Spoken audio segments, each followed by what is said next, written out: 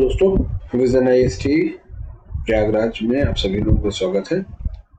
मैं विजय पांडे आपका इस चैनल पर स्वागत करता हूं और आज हम लोग यूरेनियम 214 और उससे संबंधित कुछ तथ्यात्मक चर्चा करने वाले हैं। जैसा आप लोग जानते हैं कि हाल में ही पिछले महीने चीन के वैज्ञानिकों के द्वारा यूरेनियम 214 के एक नए आइसोटोप यानी एक नए समस्थानिकों का निर्माण किया गया और इसको लेकर के भारतीय मीडिया समूहों में कुछ आशंकाएं व्यक्त की गई कि कहीं इसका प्रयोग एक घातक परमाणु हथियार बनाने के लिए तो नहीं किया जा सकता, और यह भी बताया गया कि यह बहुत ही गोपनीय तरीके से चीन के द्वारा विकसित है। तो तमाम आशंकाएं यूरेनियम 214 के इर्द गिर्द है। यूरेनियम 214 किस हद तक घातक है, क्या वास्तव में ये एक बहुत घातक हथियार का निर्माण करने के लिए प्रयोग हो सकता है कि नहीं हो सकता है, इन सबको जानने के लिए हम लोगों को कुछ तकनीकी ज्ञान यूरेनियम के संबंध में कुछ तकनीकी ज्ञान होना चाहिए। जब हम यूरेनियम के संबंध में कुछ तकनीकी चर्चा कर लेंगे और ये समझ में आ जाएगा कि यूरेनियम क्या है, किस तरीके से हम यूरेनियम का प्रयोग कर सकते हैं, तभी हम और आप यूरेनियम 214 को समझ सकते हैं। चीन की जो नेशनल एकेडमी ऑफ साइंस है, उसके वैज्ञानिक जियान और उनके जो कुछ सहयोगी वैज्ञानिक हुए, उन्होंने टंगस्टन, आर्गन और कैल्शियम का प्रयोग करते हुए एक विशेष विधि से इन समस्थानिकों का प्रयोग करते हुए यूरेनियम 214 का निर्माण किया। विधि क्या है, किस विधि से उन्होंने यूरेनियम 214 का निर्माण किया, ये तो अभी हम बाद में चर्चा करेंगे, विधि बाद में बताई जाएगी। लेकिन कुछ तकनीकी चर्चा पहले कर लीजिए। जैसे हमने आपसे कहा कि यूरेनियम 214 समस्थानिक, तो एक ये भी जरूरी है जानना कि समस्थानिक क्या है। मैं बेहद आसान शब्दों में साइंस के जटिल जो कॉन्सेप्ट्स हैं उनको सॉल्व करने का, उनको एक्सप्लेन करने का प्रयास आपके सामने करूंगा। देखिए, प्राकृतिक रूप से 118 प्रकार के परमाणु पाए जाते हैं। 118 तत्व होते हैं, जितने तत्व होते हैं उतने प्रकार के परमाणु। जो तत्व होते हैं वो अपने नाभिकों में पाए जाने वाले प्रोटॉनों की संख्या के आधार पर उनको डिसाइड किया जाता है। जैसे यहाँ पर हाइड्रोजन है, हाइड्रोजन में जो पहला यहाँ पर आपको घेरा दिख रहा है, उसमें आप देखिए बीच में एक रेड कलर का डॉट है। ये रेड कलर का डॉट प्रोटॉन को प्रदर्शित कर रहा है। प्रोटॉन धनात्मक होते हैं और जितने प्रोटॉन नाभिक में होते हैं उतने ही इलेक्ट्रॉन परमाणु के बाह्यतम कोश में उसके चारों चक्कर काटते हैं। तो क्योंकि हाइड्रोजन के अंदर एक प्रोटॉन है तो बाह्यतम कोश में एक इलेक्ट्रॉन भी चक्कर काट रहा है। परमाणुओं के नाभिक में प्रोटॉन के साथ साथ न्यूट्रॉन भी होते हैं। हाइड्रोजन एक अपवाद हो सकता है जिसमें नहीं है, केवल प्रोटॉन ही। तो हमने आपसे पहले ही कहा कि किसी तत्व के नाभिक में पाए जाने वाले प्रोटॉनों की संख्या और उनके इलेक्ट्रॉनों की, जो उनके चारों इलेक्ट्रॉनों की संख्या होती है, समान होती है और इसी के आधार पर हम तत्व का निर्धारण कर लेते हैं।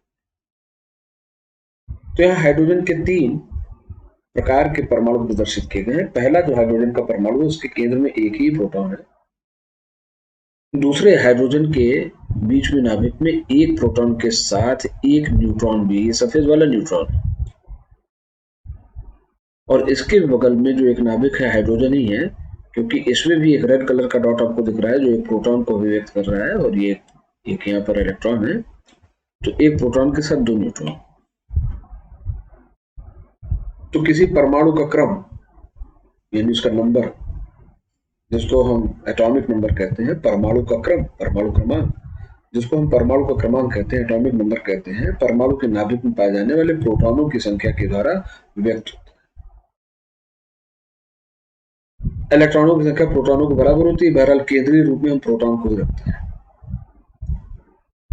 और किसी तत्व के परमाणु क्रम को हम दाहिनी ओर नीचे लिखते हैं। जैसे अगर हमको हाइड्रोजन लिखना हो तो क्योंकि हाइड्रोजन में एक ही प्रोटॉन है इसलिए हम 1 की संख्या लिखेंगे और हाइड्रोजन तत्व के प्रतीक चिन्ह को H के रूप में लिखेंगे और यहाँ शीर्ष पर, चाहे दाहिनी ओर चाहे बाईं ओर, हम इनके प्रोटॉनों और न्यूट्रॉनों की कुल संख्या लिखेंगे। तो यहाँ पर आप देखिए कि यहाँ एक ही प्रोटॉन और न्यूट्रॉन शून्य है, तो यहाँ परमाणु के प्रोटॉनों और न्यूट्रॉनों की संख्या कितनी हुई, 1 हुई, इसलिए हम 1 लिख देंगे। यहाँ पर अगर आप देखें तो प्रोटॉनों न्यूट्रॉनों की संख्या 2 है, इसलिए हाइड्रोजन के दूसरे प्रकार का परमाणु है। जो प्रकार है यही समस्थानिक है। 2 हमने लिख लिया, हम चाहते तो 2 इधर लिख देते। यहाँ पर आप प्रोटॉनों न्यूट्रॉनों की संख्या को 3 देख रहे हैं। यहाँ देखिए ये 1s3 लिखा हुआ है।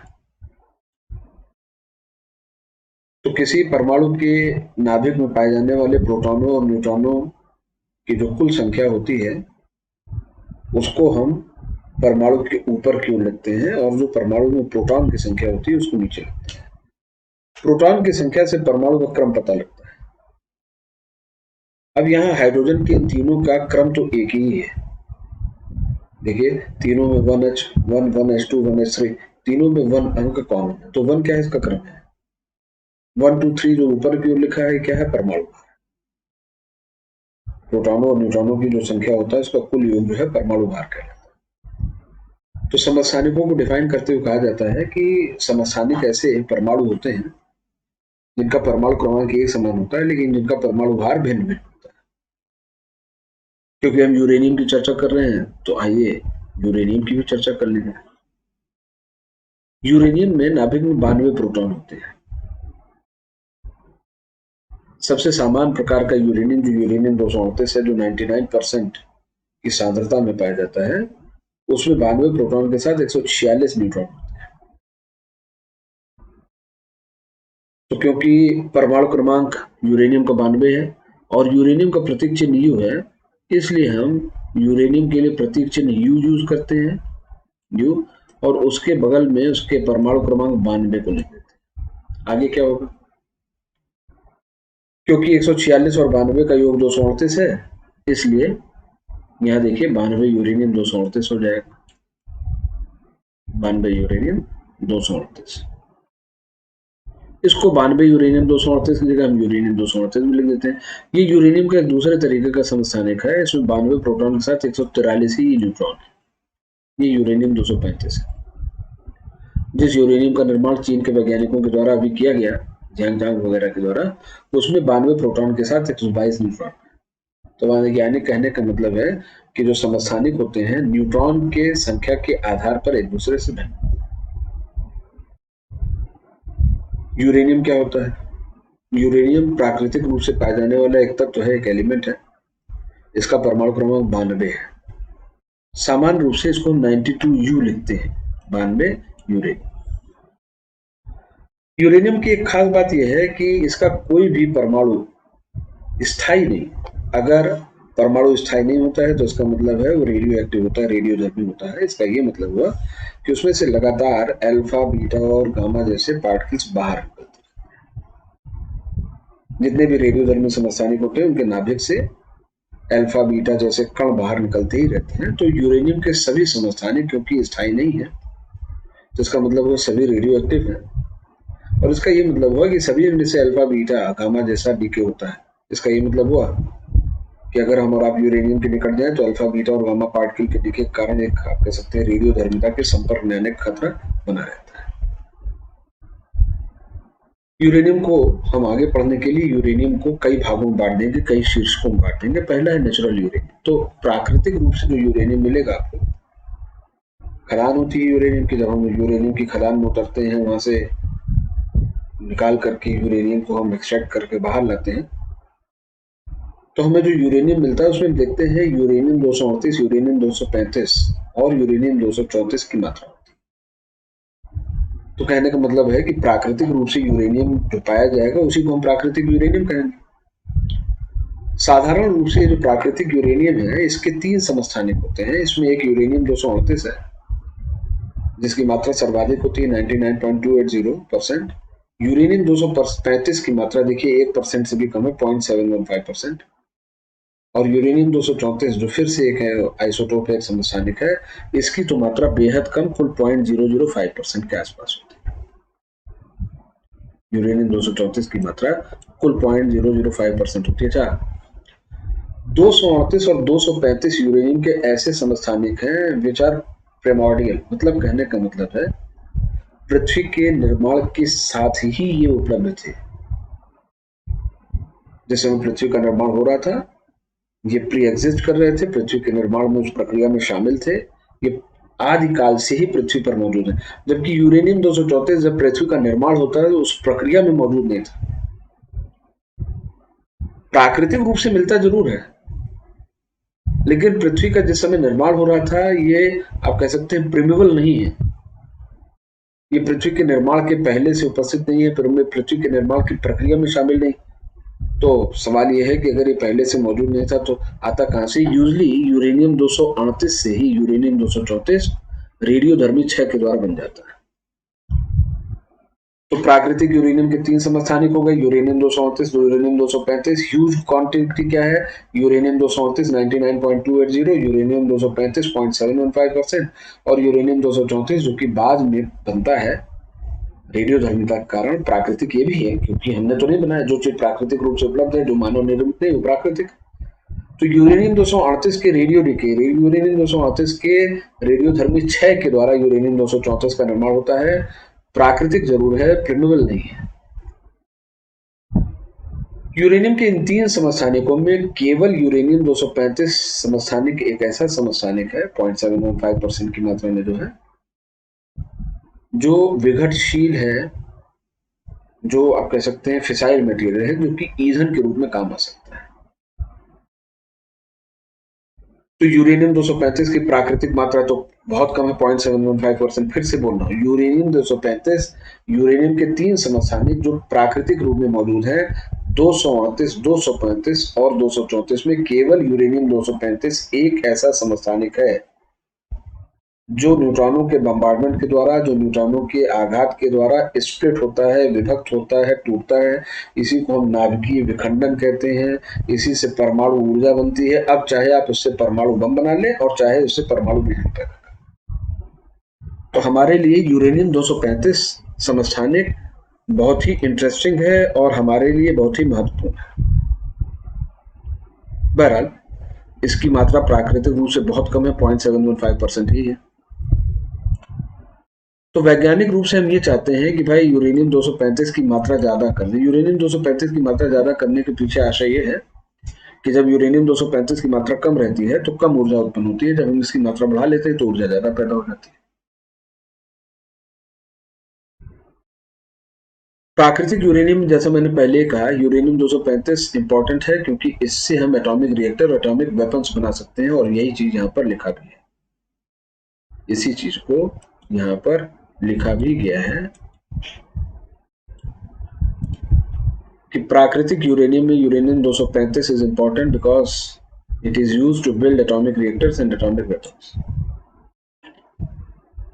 और सभी आइसोटोप्स जो प्राकृतिक रूप से उपलब्ध हैं, जितने भी, यूरेनियम ही नहीं, जितने भी प्राकृतिक आइसोटोप्स हैं, उन सभी में केवल यूरेनियम 235 ऐसा है जो थर्मल न्यूट्रॉन के रिस्पॉन्स पर विघटित हो सकता है, fissile material. Only fissile nucleus that is naturally present is uranium 235। बाकी का मनुष्यों ने निर्माण किया। फिर अगला यूरेनियम है एनरिच्ड यूरेनियम। हमने आपसे पहले कहा कि यूरेनियम 235 की प्राकृतिक परसेंटाइल बहुत कम है, 1% से भी कम है, 0.715%। तो जब हम विभिन्न वैज्ञानिक विधियों का प्रयोग करते हुए यूरेनियम 235 की मात्रा प्राकृतिक यूरेनियम में बढ़ाते हैं तो इस क्रिया को हम एनरिचमेंट ऑफ यूरेनियम कहते हैं। इसको हम यूरेनियम का संवर्धन कहते हैं। किस हद तक आप यूरेनियम का संवर्धन करेंगे, यानी 0.715 से बढ़ा करके उसका परसेंट 5% करेंगे, 20 करेंगे, 90 करेंगे, 95 करेंगे, इस बात पर निर्भर करता है कि आप एनरिच्ड यूरेनियम का क्या करने वाले हैं। एनरिच्ड यूरेनियम का कहाँ इस्तेमाल होता है? परमाणु बिजली घरों में इस्तेमाल होता है, परमाणु हथियारों के निर्माण में होता है। जो परमाणु पनडुब्बियां होती हैं, जो परमाणु शक्ति से चालित जो पानी के जहाज होते हैं, जो नौसेना के द्वारा यूज होते हैं, उनमें इस प्रकार के यूरेनियम का इस्तेमाल होता है। और परमाणु शोध भट्टियों, रिसर्च रिएक्टर्स में भी इसका इस्तेमाल होता है। संवर्धित यूरेनियम के 4 एप्लीकेशंस हैं आपके पास।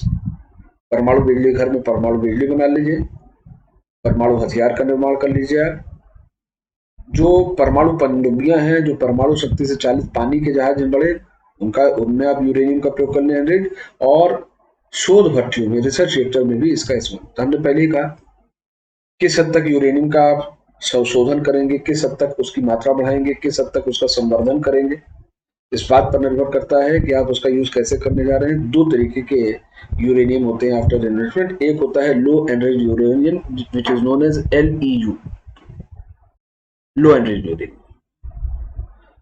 और ये जो लो एनरिच्ड यूरेनियम होता है, इसका जो मात्रा है ये 20% से कम होती है, यानी up to 20% enriched uranium is known as low enriched uranium. हालांकि ज्यादातर परमाणु बिजली घरों में जो हम यूरेनियम का संवर्धन करते हैं 3 से 5% होता है। परमाणु रिसर्च रिएक्टर्स के लिए हम थोड़ा सा ज्यादा संवर्धित यूरेनियम इस्तेमाल करते हैं। अगर लो एनरिच्ड यूरेनियम की लिमिट 20% है तो हाई एनरिच्ड यूरेनियम की लिमिट 20% से ऊपर जाएगी, यानी 20% से ज्यादा संवर्धित यूरेनियम को हम हाई एनरिच्ड यूरेनियम करते हैं। ज्यादातर परमाणु हथियारों में यूरेनियम 235 की संवर्धित यूरेनियम 235 की मात्रा 85% होती है। कहने का मतलब है 85% संवर्धित यूरेनियम, 85% एनरिच्ड यूरेनियम को ही वेपन ग्रेड यूरेनियम कहते हैं। वेपन ग्रेड मतलब परमाणु हथियार बनाने योग्य यूरेनियम। हालांकि अगर हम एक विशेष प्रकार की तकनीक जैसे इम्प्लोजन डिजाइन करते हैं, उस तकनीक से परमाणु हथियार का निर्माण करें तो सैद्धांतिक रूप से कुल 20% का संवर्धित यूरेनियम भी परमाणु हथियार बनाने के काम में आ सकता है। इसलिए 20% संवर्धित यूरेनियम को हम वेपन यूजेबल कहते हैं। हमने क्या कहा, सामान्यतः परमाणु हथियारों का निर्माण करते समय हम जिस यूरेनियम का इस्तेमाल करते हैं इट इज 85% और मोर देन 85% एनरिच्ड। लेकिन अगर हम एक विशेष प्रकार की डिजाइन जिसे इम्प्लोजन डिजाइन करते हैं, कभी और किसी और लेक्चर में परमाणु हथियार के डिजाइन के बारे में चर्चा करना, तो इम्प्लोजन डिजाइन वहां बता देंगे आपको। तो अगर इम्प्लोजन डिजाइन से हम परमाणु हथियार बना रहे हैं तो कुल 20% तक का एनरिच्ड यूरेनियम भी काफी होगा। इसलिए इट इज वेपन यूजेबल, आप इसको यूज कर सकते हैं। It is up to you whether you are going to use it और नॉट, ये एक दूसरी बात है। अच्छा, ये पाया जाता है कि जितना ज्यादा हम यूरेनियम का एनरिचमेंट करते हैं परमाणु हथियार के लिए, क्रिटिकल मास की मात्रा उतनी कम होती जाती है। एक चीज समझेंगे, परमाणु हथियार बनाने के लिए यूरेनियम की न्यूनतम मात्रा होती है। अगर उस न्यूनतम मात्रा से कम यूरेनियम होगा तो परमाणु हथियार का विकास नहीं होगा। जैसे 85% अगर संवर्धित यूरेनियम, 90% संवर्धित यूरेनियम का अगर आप इस्तेमाल कर रहे हैं तो करीब 60-65 किलोग्राम यूरेनियम का प्रयोग करते हुए, 60-65 किलोग्राम यूरेनियम का इस्तेमाल करते हुए परमाणु हथियार का निर्माण किया जा सकता है।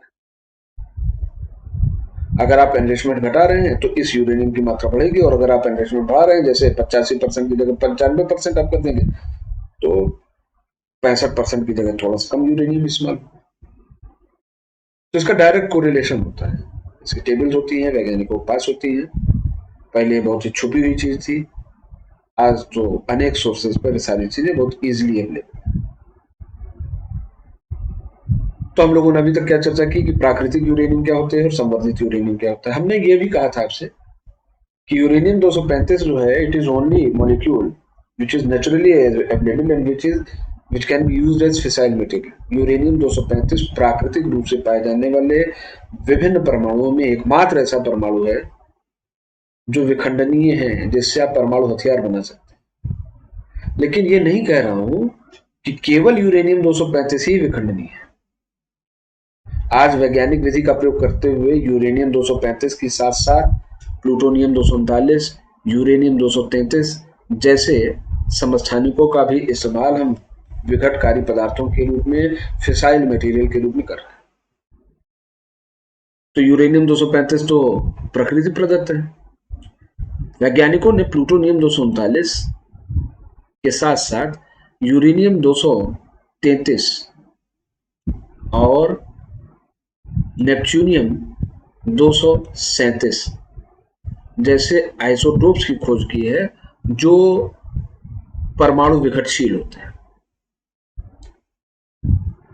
इसके साथ साथ अमेरिकियम नामक जो एक तत्व है, इसका भी जो है आप कह सकते हैं इस्तेमाल परमाणु हथियारों के लिए किया जा सकता है। हालांकि दुनिया के ज्यादातर परमाणु हथियारों में या तो यूरेनियम 235 का प्रयोग हुआ है या तो प्लूटोनियम 239।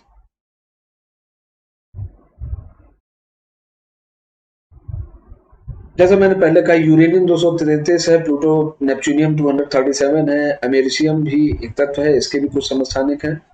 इनके ऊपर एक्सपेरिमेंट किए तो गए हैं क्योंकि ये सब विघटनशील है, क्योंकि ये सब फिसाइल है, क्योंकि ये सब विघटित हो जाएंगे, इनसे आप ऊर्जा प्राप्त कर सकते हैं। इनके ऊपर एक्सपेरिमेंट किए गए, लेकिन ये अभी तक क्लियर नहीं है कि क्या इनसे परमाणु हथियार बना करके रखा भी गया है, कह नहीं सकती है। और आज की दुनिया में तो और भी ज्यादा गोपनीय है मामला। तो क्योंकि इनके ऊपर एक्सपेरिमेंट किए गए हैं, इसलिए हो सकता है कि किसी देश ने बनाए भी हो, और ऐसा भी हो सकता है कि ना बनाए। अच्छा, यूरेनियम 235 पहले से प्राकृतिक रूप से उपलब्ध है। हमने पहले कहा प्लूटोनियम 239, यूरेनियम 233, नेपच्यूनियम 237, अमेरिशियम, इन सब का विकास वैज्ञानिकों ने किया। तो इन सब का वैज्ञानिकों ने विकास कैसे किया? तो जिन पदार्थों का प्रयोग करते हुए फिसाइल मटेरियल को डेवलप किया गया, ये फिसाइल मटेरियल है। जिन पदार्थों का प्रयोग करते हुए फिसाइल मटेरियल विघटनीय पदार्थ का विकास किया गया, उन पदार्थों को फर्टाइल या ब्रीडिंग मटेरियल कहते हैं। फर्टाइल मतलब क्या होता है? उर्वर।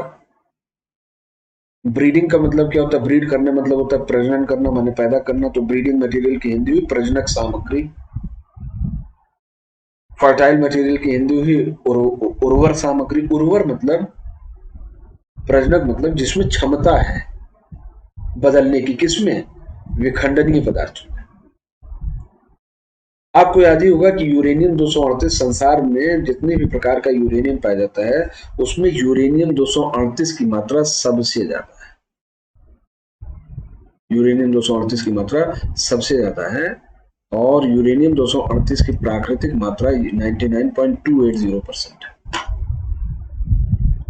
यूरेनियम 238 विखंडनीय नहीं है। अच्छी बात यह है कि यूरेनियम 238 न्यूट्रॉन का अवशोषण करते हुए प्लूटोनियम 239 में बदल जाता है, जो स्वयं विखंडनीय है। तो क्योंकि यूरेनियम 238 ह्यूज मात्रा में है, इसलिए प्लूटोनियम 239 हम ह्यूज मात्रा में बना सकते हैं। इसी तरीके से प्राकृतिक रूप से पाया जाने वाला थोरियम 232, जो स्वयं विखंडनीय तो नहीं है, लेकिन न्यूट्रॉन का अवशोषण करके यूरेनियम 233 में बदल जाता है, ये भी विखंडनीय है। देखिए यहां पर यूरेनियम 233 एक ऐसा तत्व है, एक ऐसा समस्थानिक है जो प्राकृतिक रूप से पाया जाता है। प्राकृतिक रूप से पाए जाने वाला ये जो तत्व है, ये विखंडनीय है। यूरेनियम 235 और प्लूटोनियम 239 जैसे विखंडनीय पदार्थों का प्रयोग करते हुए परमाणु हथियारों और परमाणु बिजली घरों का निर्माण किया गया है। लेकिन इसके साथ साथ यूरेनियम 233, नेपच्यूनियम 237 और अमेरिशियम के ऊपर भी एक्सपेरिमेंट्स किए गए हैं।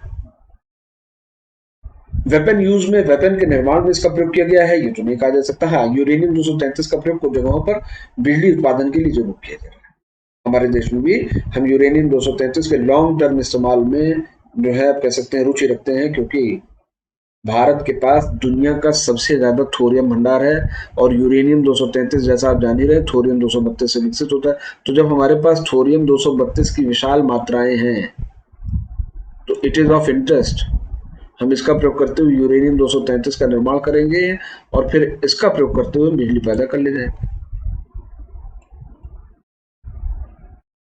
आर्टिफिशियल यूरेनियम क्या है? चैप्टर के जब हम लोगों ने इस चर्चा को शुरुआत की थी, तभी मैंने कहा था कि यूरेनियम 214 एक कृत्रिम यूरेनियम, इसको वैज्ञानिक बनाते हैं। तो जो भी यूरेनियम प्राकृतिक रूप से मौजूद नहीं है, जिसको वैज्ञानिक बनाते हैं, उसको कृत्रिम यूरेनियम कहते हैं। जैसे यूरेनियम 233 जो थोरियम 232 से बनता है, क्या ये प्राकृतिक यूरेनियम है? नहीं, प्राकृतिक यूरेनियम तो कुल 3 थे। 238, 235 जो पृथ्वी के निर्माण के प्रारंभ से ही मौजूद है और बाद में 234 विकसित हुआ यूरेनियम 238 के विखंडन से। 233 कभी भी प्राकृतिक रूप से उपलब्ध नहीं है, क्योंकि इसको तो वैज्ञानिक थोरियम 232 को इरेडिएट करते हुए, उसको विकरित करते हुए उससे यूरेनियम 233 का निर्माण करते हैं। तो आर्टिफिशियल यूरेनियम क्या है? ऐसा यूरेनियम जिसको हम कृत्रिम रूप से विकसित करते हैं, आर्टिफिशियल यूरेनियम कहलाता है। आर्टिफिशियल यूरेनियम का निर्माण करने के लिए हम न्यूक्लियर रिएक्टर्स का इस्तेमाल करते हैं।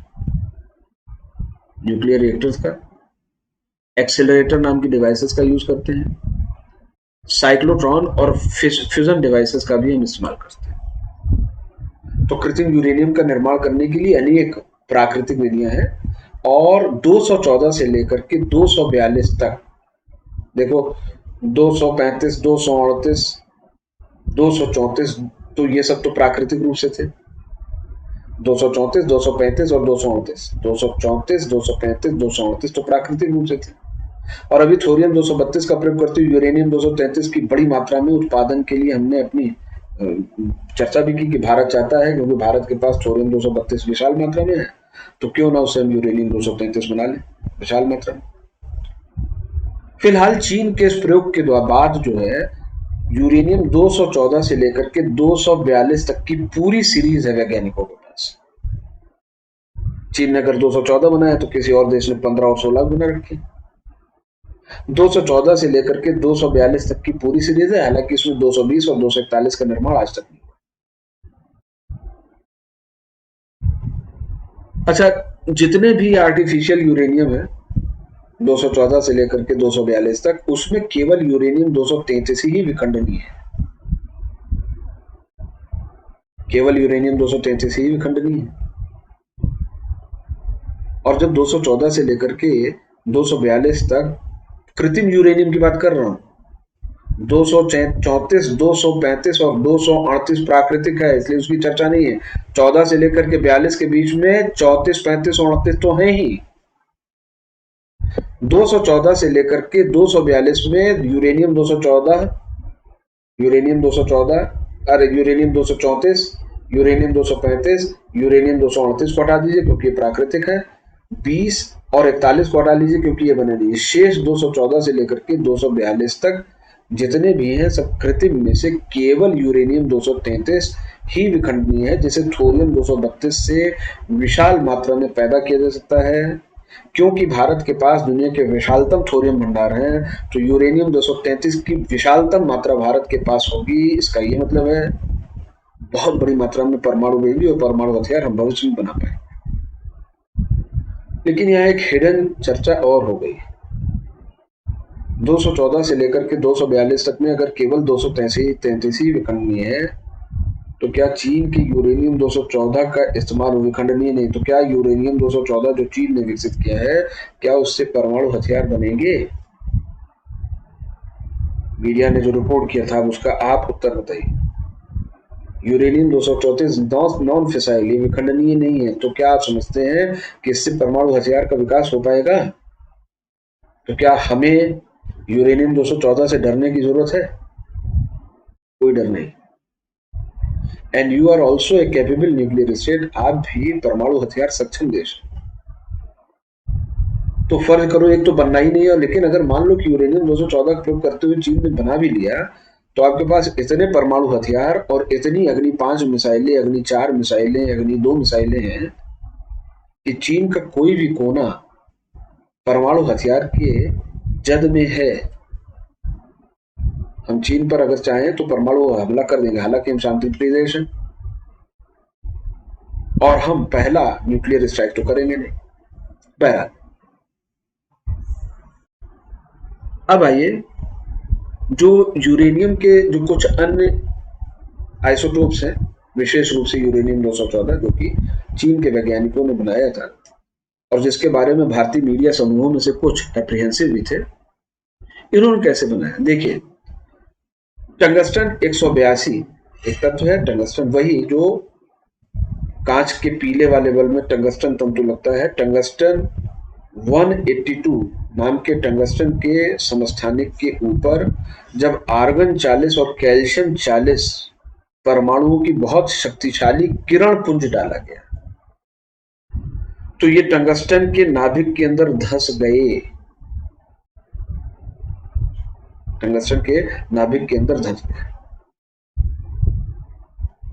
अच्छा, अब जब ये धंस गए तो टंगस्टन 182 और आर्गन 40 और कैल्शियम 40 के जब परमाणु परस्पर एक दूसरे के अंदर धंसे तो ऐसी स्थिति में यूरेनियम 214 जो है वो निर्मित हो। अब तो बहुत बड़ी मात्रा में उन्होंने ऐसा काम किया, उन्होंने बहुत बड़ी मात्रा में ऐसा काम किया, यानी बहुत सारे टंगस्टन के परमाणुओं पर साइमल्टेनियसली कैल्शियम 40 और आर्गन 40 का हमला करते रहे और ये फ्यूज होते रहे और ये यूरेनियम 214 में बदलते रहे। बाद में इस यूरेनियम 214 को अलग किया गया, एक डिवाइस है सेपरेटर नाम की डिवाइस।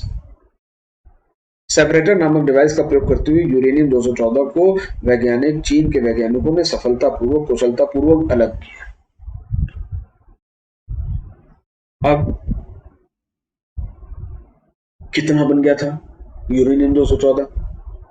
तो स्वयं चीन के वैज्ञानिक जियांग को हम कोट कर रहे हैं, ये चीन की न्यूज एजेंसी की न्यूज रिपोर्ट है। उन्होंने ये बताया था कि यूरेनियम 214 के नाभिकों का निर्माण बेहद जटिल होता है, क्योंकि हर बार जब हम टंगस्टन के ऊपर कैल्शियम अथवा आर्गन दागते हैं तो हर अगले संघट्ट पर, हर अगले कोलिजन पर यूरेनियम 214 नहीं मिलता।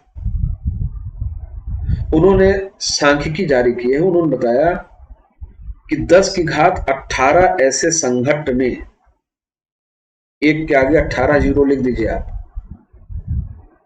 एक के आगे 18 जीरो लिखिए, 5 5 10 5 15 और 3 18 जीरो लिखिए। अब इस संख्या को पढ़ लीजिए, 10 की घात 18 ऐसे संघट्टों में केवल 2 परमाणु यूरेनियम 214 के बने, केवल 2 बने।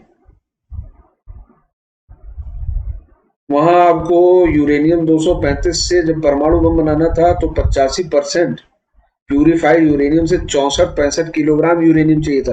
केवल 2 परमाणु बने तो इससे परमाणु बम बन जाएगा? एक तो वैसे ही विखंडनीय नहीं, एक तो वैसे ही नहीं बनेगा, और कुल 2 परमाणु से आप परमाणु हथियार बना लेंगे, क्या खतरा है? और भी कोई खतरा नहीं। मान लो विखंडनीय होता भी तो केवल 2 परमाणु से पूरा भारत तबाह हो जाता, कुछ भी नहीं होता 2 परमाणुओं से, एक गिलास पानी में नहीं गर्म होता। बहरहाल आगे बढ़ा जाए। और बात क्या है, यूरेनियम 214 क्योंकि रेडियोधर्मी समस्थानिक है, 0.52 मिली सेकेंड्स में,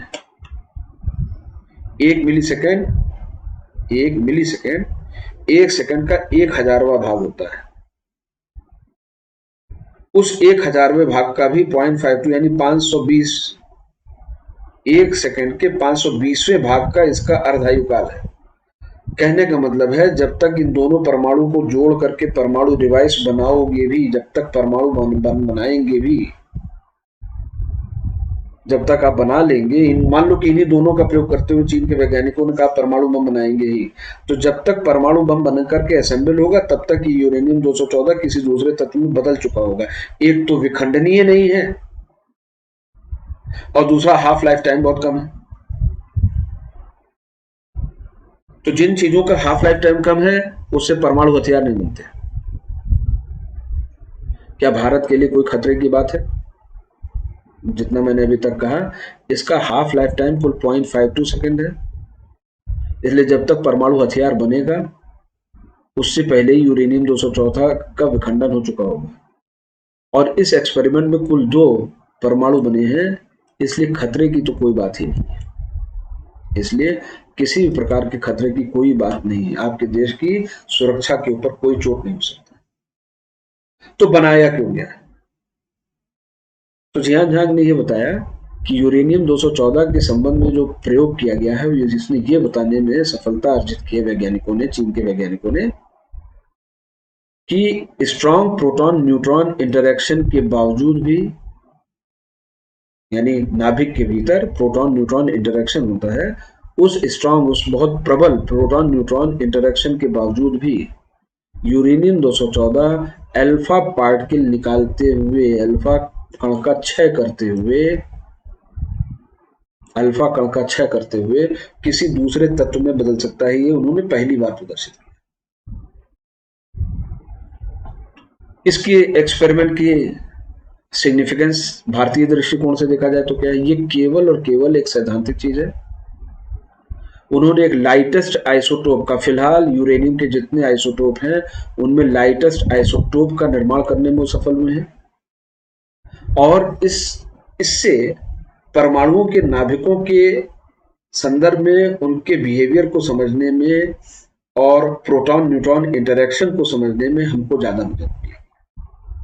इसके केवल और केवल सैद्धांतिक महत्व है, हथियार बनाने में इसका किसी भी तरीके से इस्तेमाल नहीं हो सकता, और तब फिर किसी को भी इससे चिंतित होने की जरूरत नहीं है।